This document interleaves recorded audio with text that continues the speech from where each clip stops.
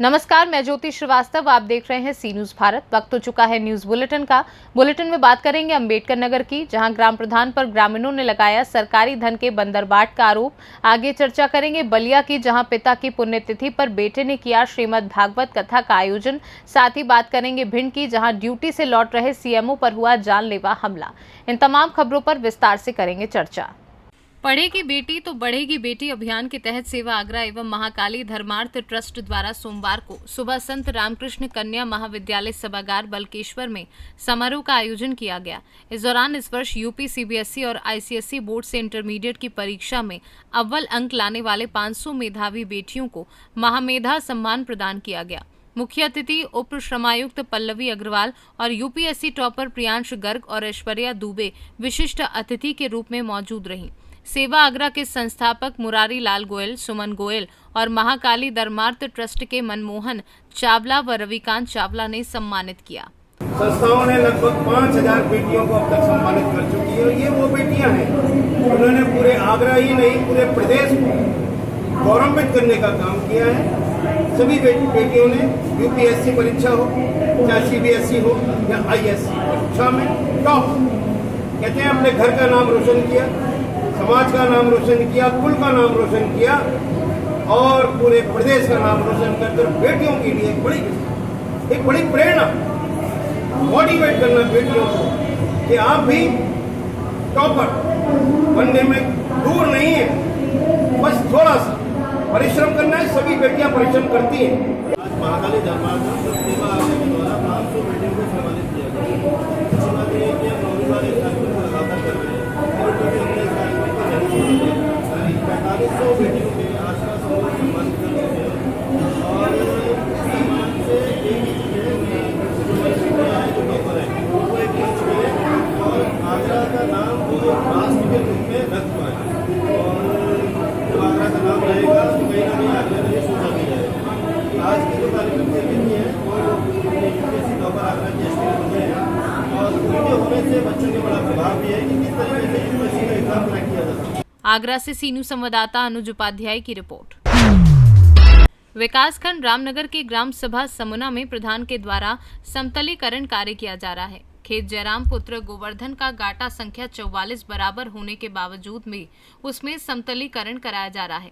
राजेश के द्वारा बताया गया कि ग्राम प्रधान संतालीकरण के द्वारा नाम पर सरकारी धन का दुरुपयोग कर रहा है। ग्रामीणों द्वारा जो सरकारी धन का बंदरबाट ग्राम प्रधान व सचिव कर रहे थे, उसको लेकर ग्रामीणों ने विरोध किया है और काम को रुकवा दिया है। मीडिया कर्मी द्वारा पूछा गया तो बताया गया कि इसके खेत का समतलीकरण कराया जा रहा है व प्रधान का कार्य खास है, इसलिए खतौनी धरक को ऐतराज नहीं है। बड़े मजे की बात तो यह है कि नए नए तरीके निकाले जा रहे हैं, सरकारी धन का बंदरबाट किया जा रहा है। अंबेडकर नगर से सी न्यूज संवाददाता अजय कुमार उपाध्याय की रिपोर्ट। उत्तर प्रदेश के बलिया जिले बैरिया क्षेत्र अंतर्गत इब्राहिमाबाद में पिता के पुण्यतिथि पर पुत्र ने किया अनोखा कार्य।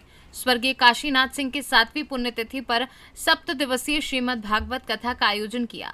संगीत में श्रीमद् भागवत कथा का आयोजन किया जा रहा है, जो 25 मई से लेकर 31 मई तक चलेगा और 1 जून को स्वर्गीय काशीनाथ सिंह की पुण्यतिथि के दिन इस कथा यज्ञ का विशाल भंडारे का आयोजन किया जाएगा, जिसमें भारी संख्या में लोग शामिल रहेंगे। स्वर्गीय काशीनाथ सिंह की 7वीं पुण्यतिथि पर चल रही 7 दिवसीय श्रीमद् भागवत कथा के 5वें दिन काशी क्षेत्र से पधारे कथावाचक आचार्य अतुल कृष्ण शांडिल्य ने भगवान श्री कृष्ण की बाल लीला, माखन चोरी व गोवर्धन पूजा की कथा श्रद्धालुओं को सुनाई। रमेश कुमार सिंह। यह कार्यक्रम 25 मई से 1 जून तक चलेगा और 31 जून मई तक कथा का कार्यक्रम चलेगा और 1 जून को यह भंडारा का कार्यक्रम, हवन पूजन यह सब होगा। मैं पिछले वर्ष अपने भाभी को अयोध्या ले गया था और वहाँ पर हमारे भाभी को हर जगह कथा पूजा देखते देखते उनको ऐसा आया कि हम भी भागवत कथा सुनेंगे और हमसे बताई, तो हमने कहा ठीक है यह काम होगा। तो उसके बाद में हम लोग अब उसके मंथन में लग गए। ये हुआ कि भाई साहब की पुण्यतिथि पर कुछ न कुछ होता रहा है, तो इस बार जो है भागवत कथा ही क्यों नहीं उनके पुण्यतिथि पर भाभी को सुनवा दिया जाए और भाभी की पूरा इच्छा थी कि मैंने हम कथा सुने भागवत, इसलिए ऐसा।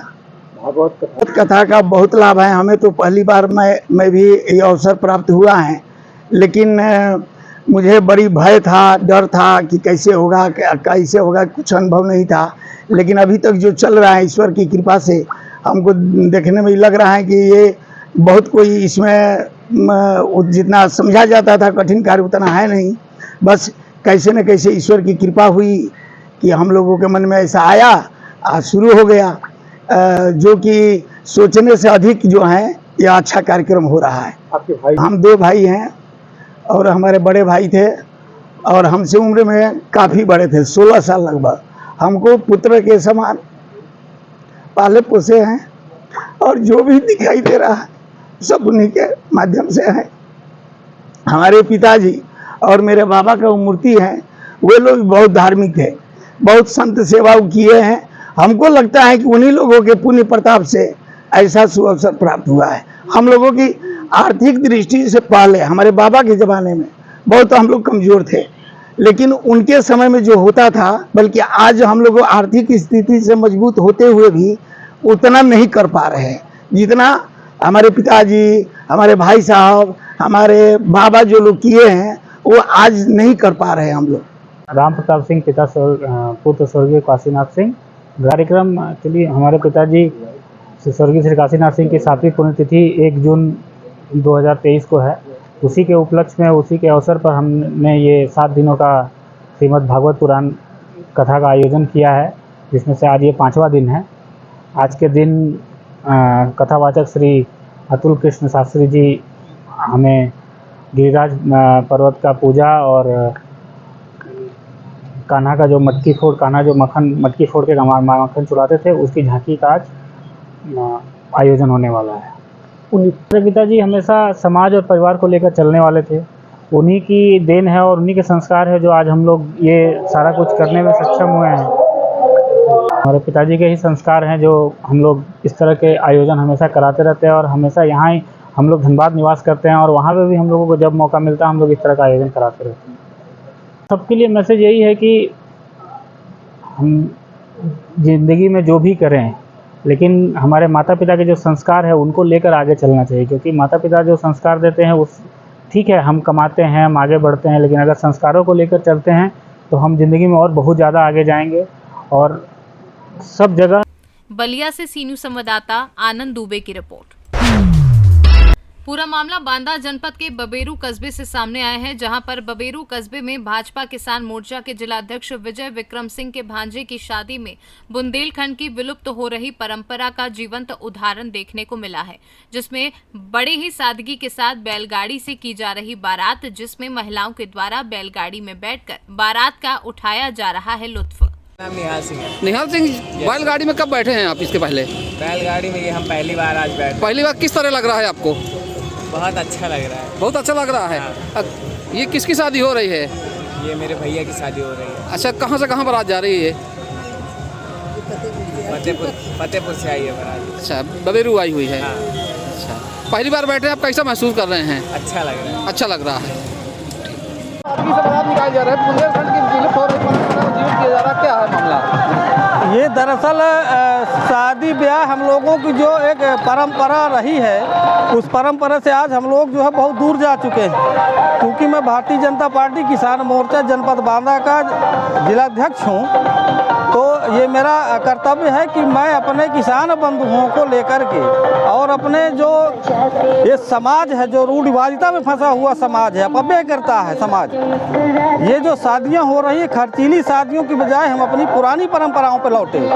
तो वही बैलगाड़ी जो हमारे पूर्वजों की बहुत बड़ी धरोहर है, आज मैंने प्रयास किया है कि समाज को और अपने क्षेत्र को एक संदेश दूं कि लोग जो है खर्चीली शादियों से बचें और अपनी पुरानी परंपराओं पर संस्कृतियों का निर्वहन करें, हम उन्हीं रास्तों पे चलें। लगभग कितने जोड़ी बैलगाड़ी है? लगभग मुझे लगता है कि 30 से 40 जोड़ी जो है बैलगाड़ी हैं और मेरे क्षेत्र के जो किसान भाई हैं वो खुश हो करके, क्योंकि भांजे की शादी है मेरे, मैं ही कर रहा हूं, तो सब लोग खुश हो कि उनका भी भांजा है, पूरे कस्बे का भांजा है वो, तो सब लोग उत्साहपूर्वक अपना जो है योगदान दे रहे हैं और हम अपनी पुरानी परंपराओं को जीवित कर रहे हैं। ये हमारे लिए सौभाग्य का विषय है।